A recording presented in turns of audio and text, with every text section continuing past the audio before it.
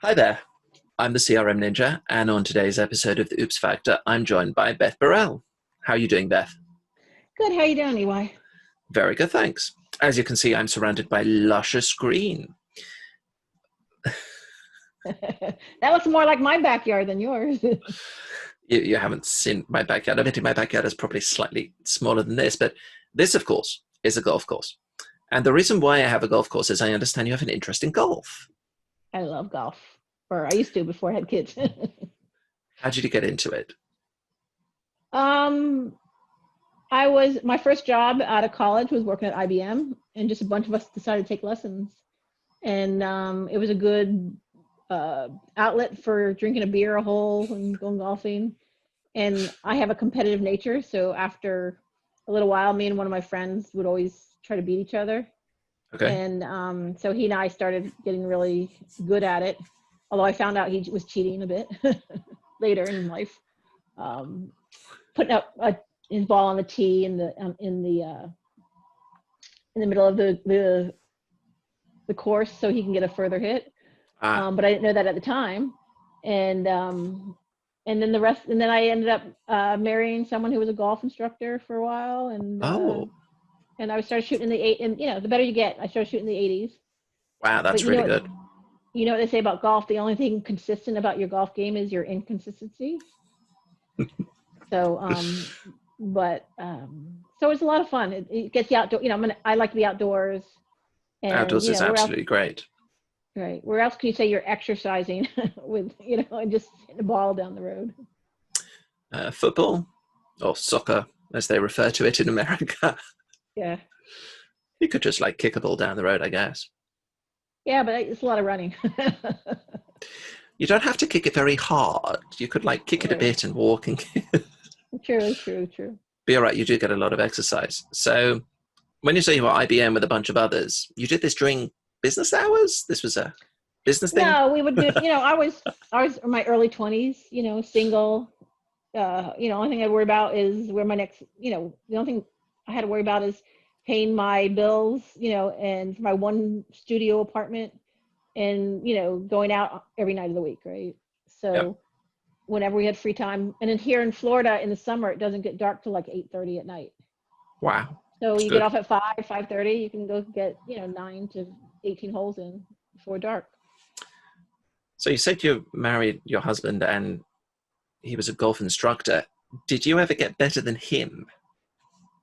Well, I actually the one that got him into golf. But he had a job where he can go hit golf balls in the morning and in the afternoon. So he practiced 7 days a week, a couple hours a day. Okay. So I just, if the one thing about golf, you have to keep playing to get better. It's a bit like tennis. Yeah. And so he had more practice time, and the more we got competitive, the less we liked to play with each other.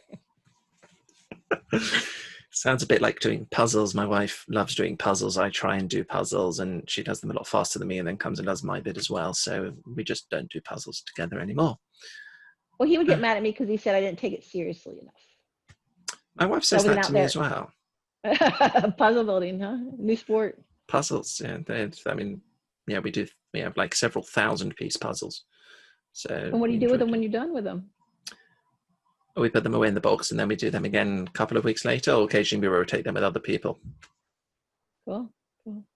Or we just get more puzzles in and give those ones away. There you go. That's a puzzle trading, especially in COVID, right? A puzzle trading event. Yes.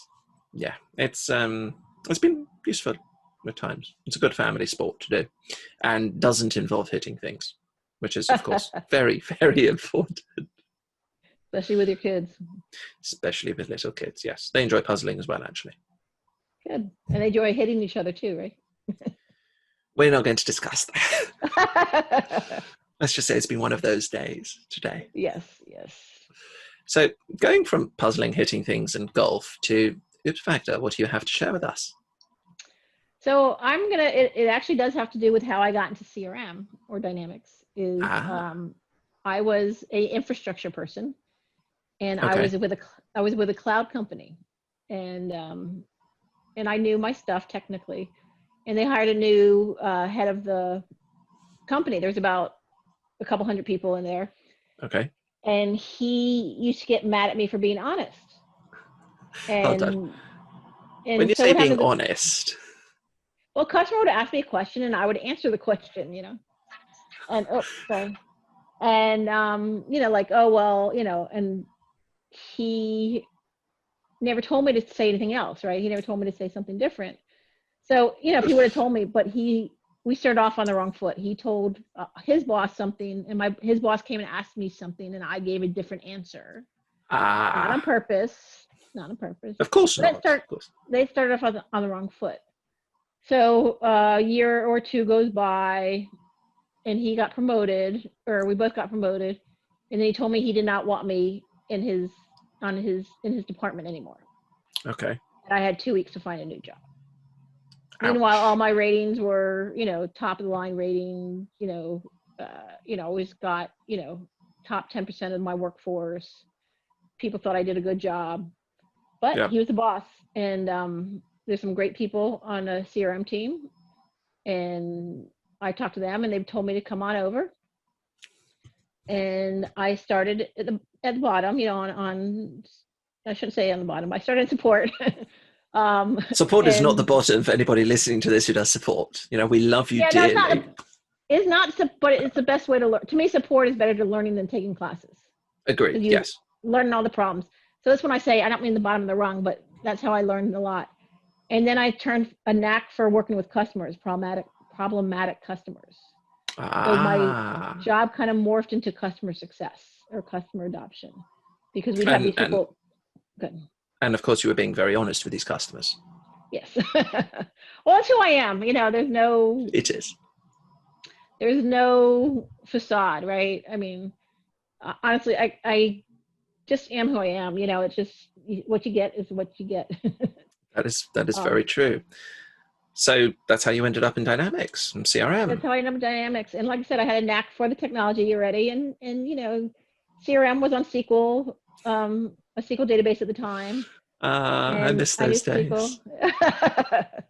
And even now, it's still a database, right? So I get the logistics of it. I might not be the smartest person on the block, but I get the logistics of it. So it wasn't a hard transformation.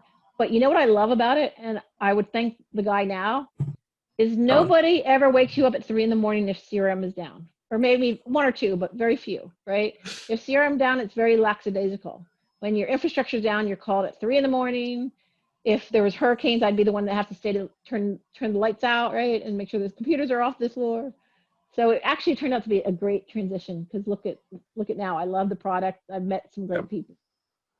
It's actually great. I should go I really would thank him now, because even though it was horrific at the time, because I was shocked, it turned out to be the best thing for me. No, honesty is very good. Has honesty ever landed you in hot water? Yes. I call what I have is foot and mouth disease. Because sometimes if you ask me a question and my filter's, I'm not thinking of and I say what's on my mind, it's not always complimentary, it's not bad. But there's one girl who was pregnant, and she always wore these cute little, the cute little pregnant outfits, right? They're always the baby doll outfits and and one day she just had a big man's t-shirt on. And okay. And again, I was working, so it just one of those things. And I liked her a lot, and she was really a cute girl. And I turned around to her and said, "Oh my God, that makes you look fat." Stop laughing. It's not that funny.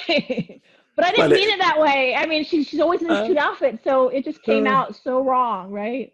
My filter wasn't there, and I think to this day she'll remember that, because she was pregnant, so it wasn't like I'm absolutely cracking up, because I've had exact conversations like that with my wife when she's been pregnant.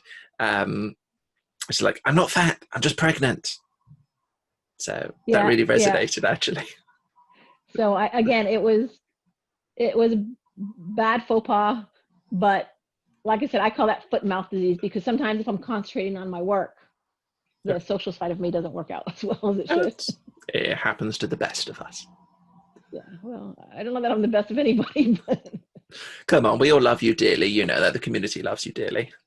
I love the community. We have a lot of fun, but I think that's one thing that I can do is make fun of myself, where a lot of people can't. One of the things I Make fun found, of. in my experience when dealing with, especially with external customers, so consultancy, is the ability to have self-deprecating humor.